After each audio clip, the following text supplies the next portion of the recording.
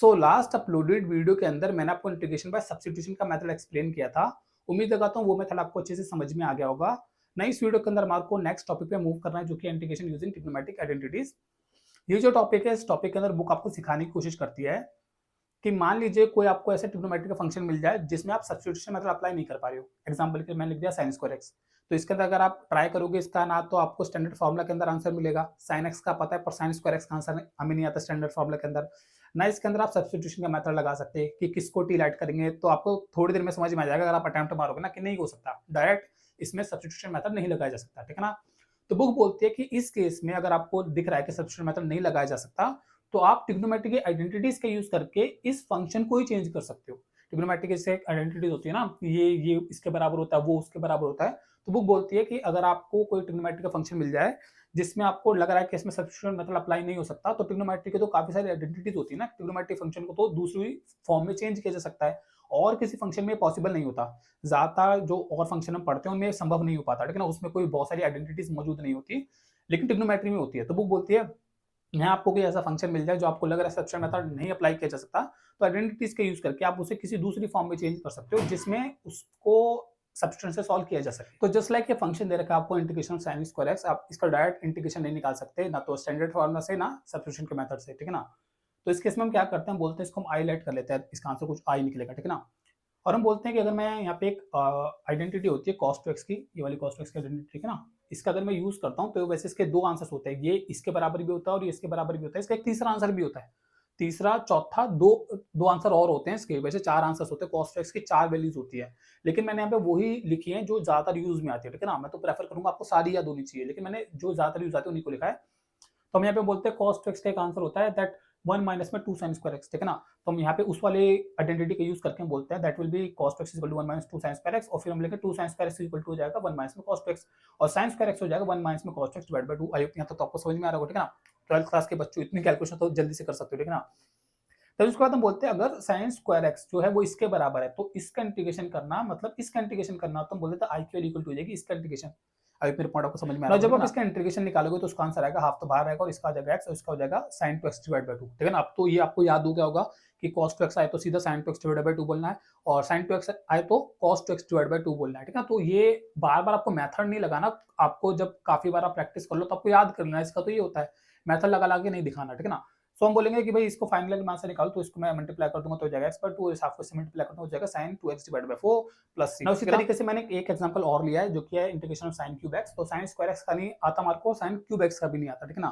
तो इसको भी हम चेंज करेंगे उस फॉर्म में जिसका हमारे को आता है, तो इसे कन्वर्ट करेंगे। तो आपको याद होगा एक आइडेंटिटी होती है sin 3x equal to 3 sin minus 4 sin cube x, पता नहीं कितने बच्चों को याद होगा, नहीं है कोई बात नहीं, अब याद कर लीजिए, ठीक है ना। तो बोलेंगे इससे मैं इसका आंसर निकाल सकता हूँ, sin 3x equal to 3 sin minus 4 sin cube x होता है, तो उससे मैं निकालूंगा sin क्यूब x का आंसर, तो ये आ जाएगा, ठीक है ना। उसके बाद हम बोलेंगे कि भाई इसका इंटीग्रेशन करना मतलब इसका इंटीग्रेशन करना, 1/4 को बाहर कर देंगे और 3 sin x का इंटीग्रेशन करेंगे तो 3 तो कांस्टेंट, इसको तो छोड़ दो और sin x का कर दो जो कि माइनस cos x हो जाएगा, ठीक है ना। और माइनस 3 sin x का जब इंटीग्रेशन करोगे तो हो जाएगा प्लस में cos 3x डिवाइड बाय 3, मतलब समझ में, cos 2x का बटे में 2 आता है, 3x का बटे में 3, ठीक है ना। फिर हम बोलेंगे 1/4 को मैं 2 से मल्टीप्लाई कर दूंगा, माइनस का 3/4 cos x प्लस में 1/12 cos 3x प्लस 3, ठीक है ना। तो ये हमारा आंसर है। यहाँ पर मैंने एक एग्जांपल और आपको लिख के दिखाया है कि इनके अलावा भी एक ऐसा टाइप के फंक्शन भी होते हैं, ठीक है ना। इसमें जैसा कैसे दे रखा है, एनसीईआरटी का एग्जांपल है, एग्जांपल नंबर 7 का second part, integration of sin 2x into में cos 3x, ठीक है ना। सो बोलेंगे यहाँ पे जो दो फंक्शन दे रखे हैं, ये दोनों फंक्शन मल्टीप्लाई में हो रखे हैं पूरा इस, और ये एक फंक्शन बना रहे हैं, ठीक है ना। इस पूरे का मुझे इंटीग्रेशन निकालना है, लेकिन हमने सीखा है कि हम प्लस माइनस हो तो उसे अलग अलग करके इंटीग्रेशन कर सकते हैं, ठीक है ना। लेकिन हम बोलेंगे मल्टीप्लाई में तो हम अलग अलग करके नहीं कर सकते। आपको याद होगा मैंने सीखा था इंटीग्रेशन जो प्रॉपर्टी होती है प्लस माइनस में दे रखा था, आप अलग अलग करके इंटीग्रेशन कर सकते हो, मल्टीप्लाई में नहीं कर सकते। मल्टीप्लाई का जैसे डेरिवेटिव में रूल होता है, product rule, u dash v dash, मतलब u v dash v dash u वाला पूरा रूल अप्लाई करना होता है। ऐसे इंटीग्रेशन में भी एक रूल होता है, अगर मल्टीप्लाई में फंक्शन दे रखे हो वो रूल हमारे को आगे सीखना है, ठीक है ना। हम बोलेंगे अभी हम कहेंगे कि भाई अभी तो मैं इसे डायरेक्ट सॉल्व नहीं कर सकता, मल्टीप्लाई में अगर ये दे रखा है, ठीक है ना। हम बोलेंगे इंटीग्रेशन में सब्स्टिट्यूशन लगा दो कि इसको टी लिया इसको टी लाइट कर लो, तो अब उससे बेटा बेटा मारोगे नहीं बनेगी बात, ठीक है ना। तो हम बोलते हैं फिर कैसे करना है, तो इसलिए हम क्या करते हैं कि भाई इसमें भी अगर ट्रिग्नोमेट्रिक आइडेंटिटीज का यूज करते हैं और इसको चेंज करने की कोशिश करते हैं, ठीक है ना। तो हम बोलेंगे ये मल्टीप्लाई में दे रखा है, हमें मल्टीप्लाई में करना तो नहीं आता, लेकिन प्लस माइनस में करना आता है। तो हम क्या करते हैं वो वाली आइडेंटिटी का यूज करते हैं, मतलब ऐसी आइडेंटिटी ढूंढते हैं वो जो इस मल्टीप्लाई को प्लस माइनस में कन्वर्ट कर सके। और आपके 11th क्लास के अंदर ये चार जो मैं नीचे आइडेंटिटी लिख रखी है ना, ये चार आइडेंटिटी ऐसी आइडेंटिटी है जो मल्टीप्लाई को प्लस या माइनस में कन्वर्ट करती है, ठीक है ना। मतलब cos of x into cos of y को cos of something plus cos of something plus में कन्वर्ट कर देती है माइनस में, ऐसे ये चार आइडेंटिटी बात करते हैं, ठीक ना। तो इसमें हम बोलेंगे कि भाई ये इसमें हम ये वाली आइडेंटिटी का यूज कर लेते हैं, ठीक ना। आइडेंटिटी ये वाली कि 2 sin x cos y equal to sin x plus y sin x minus y होता है, ठीक ना। और हम बोलेंगे अगर sin x और sin y का आंसर निकालें तो इस 2 को डिवाइड करना पड़ेगा, बाकी ये सब पूरा सेम, ठीक है ना। तो हम बोलेंगे इसमें क्या आ जाएगा भाई, ये दे रखा है ये x हो जाएगा मेरे लिए और ये पूरा y हो जाएगा, ये फर्स्ट एंगल और सेकंड एंगल, ठीक है ना। फिर हम बोलेंगे आइडेंटिटी क्या दी है कि भाई इस पूरे का आंसर होगा हाफ और sin x प्लस y, तो sin 2x plus 3x 5x, ठीक है ना। और plus sin x minus y, तो sin x माइनस y करोगे तो 2 माइनस 3x जो कि हो जाएगा माइनस x, ठीक है ना। और sin माइनस x जो होता है वो माइनस sin x होता है, ठीक है ना। तो वो भी मैंने यहाँ पे लिख दिया, ये सब 11th क्लास का, ठीक है ना। तो हम बोलेंगे भाई इसका मतलब इसका आंसर इस ये है, ठीक है ना। तो हम बोलेंगे इसका इंटीग्रेशन करना या फिर इसका इंटीग्रेशन करना एक ही बात है, तो इसके इंटीग्रेशन की जगह हम इसका इंटीग्रेशन कर देंगे, ठीक है ना। तो अब आप यहाँ पे ऑब्जर्व करोगे जो मल्टीप्लाई का प्रॉब्लम था वो प्लस माइनस के प्रॉब्लम में कन्वर्ट हो चुका है। फिर हम बोले हाँ अब हम इसे अलग अलग करके कर सकते हैं, और साइन 5x का भी मुझे आता है और साइन x का भी मुझे आता है, ठीक है ना। तो उसका मैंने इंटीग्रेशन निकाल दिया जो कि हो जाएगा हाफ, तो ऐसे बाहर रहेगा, ठीक है ना। साइन 5x को हो जाएगा माइनस कॉस 5 डिवाइड 5 और प्लस में कॉस x हो जाएगा, ठीक है ना। एंड फिर हाफ का मल्टीप्लाई कर देंगे और एंड में सी लगा देंगे, जो मैंने बोलता सी एंड में हमेशा लगा देना, ठीक है ना, जब आप इनडेफिनेट इंटीग्रल कर रहे हो। And that's your answer. तो आई होप इन तीनों एग्जांपल से आपको थोड़ा थोड़ा समझ में आया होगा कि कैसे हमारे को क्वेश्चन सॉल्व करने होते हैं। स्क्वायर क्यूब ऐसा कुछ दे रखा है तो उसे हमेशा 2x 3x में कन्वर्ट करने की कोशिश कीजिए, क्योंकि उसके मार्क को इंटीग्रेशन करने आते हैं सब्स्टिट्यूशन का मेथड का यूज करके, ठीक है ना। और हम बोलेंगे कि अगर ऐसे प्लस माइनस की जगह मल्टीप्लाई दे दे तो उसे प्लस माइनस में कन्वर्ट करने की कोशिश कीजिए, ठीक है ना। स्क्वायर एक्स क्यूब एक्स कुछ ऐसा दे रखा है तो उसे हमेशा 2x 3x ऐसे कन्वर्ट करने की कोशिश कीजिए, जो भी आइडेंटिटी इसमें कन्वर्ट कर सके उसका इस्तेमाल कीजिए, ठीक है ना।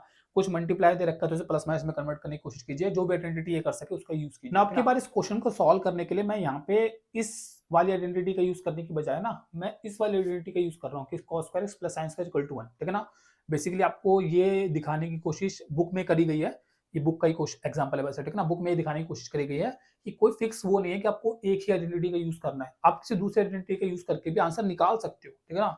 तो बुक कहती है आप इसी को इस तरीके से भी सॉल्व कर सकते हो कि भाई इसको sin स्क्वायर x को cos square plus sin square equal to 1 होता है, तो sin square equal to 1 minus cos square x हुआ, तो इसकी जगह पे ये लिख दीजिए, ठीक है ना। तो i इक्वल टू इसकी जगह पे मैंने लिख दिया इनटू में sin x स्क्वायर dx।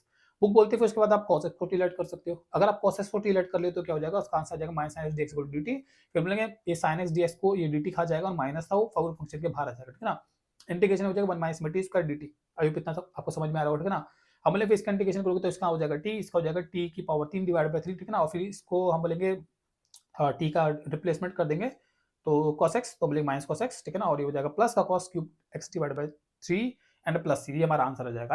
आपको ये थोड़ा थोड़ा ये भी समझ में आएगा कि कैसे आप एक आइडेंटिटी का यूज करके भी सॉल्व कर सकते हो और किसी दूसरे आइडेंटिटी का यूज करके भी सॉल्व कर सकते हो, ठीक है ना। लेकिन जब आप आंसर देखोगे इन दोनों के तो आपको आंसर में फर्क दिख जाएगा कि इसका आंसर अलग आ रहा है और इसका आंसर अलग आ रहा है, ठीक है ना। तो बुक आपको ये भी सिखाने की कोशिश करती है कि भाई आंसर अलग आइडेंटिटी का यूज करने पे अलग आ सकते हैं, लेकिन क्या ये दोनों आंसर ठीक है, तो हाँ ये दोनों आंसर ठीक है, क्योंकि अगर आप थोड़ा सा इसमें एडिटिंग या इसमें एडिटिंग करोगे तो ये दोनों आंसर एक दूसरे से मैच कर जाते हैं। एग्जांपल के लिए cos क्यूब है, cos क्यूब को मैं ये लिख सकता हूँ cos क्यूब इक्वल टू 3, मतलब ये मैंने ये वाली आइडेंटिटी थी ना cos 3x, इसका यूज करके मैंने निकाल लिया, ठीक है ना। cos क्यूब x का इसका आंसर मैंने निकाल लिया, उसको उधर फेंक के 4 पे डिवाइड फेंक के, सॉरी 4 आगे डिवाइड में 4 से मैंने आंसर निकाल लिया, ठीक है ना। और हम बोलेंगे अब ये वाला जो आपने इसका आंसर निकाल लिया यहाँ पे cos cube x divide by 3, तो उसको 1/3 अगर तो इसमें भी 3 लग जाएगा और 12 हो जाएगा, ठीक है ना। और फिर आप कह सकते हो वो 12 दोनों के बटे में आ जाएगा, तो इसके बटे में भी 12 होगा और इसके बटे में भी 12 होगा।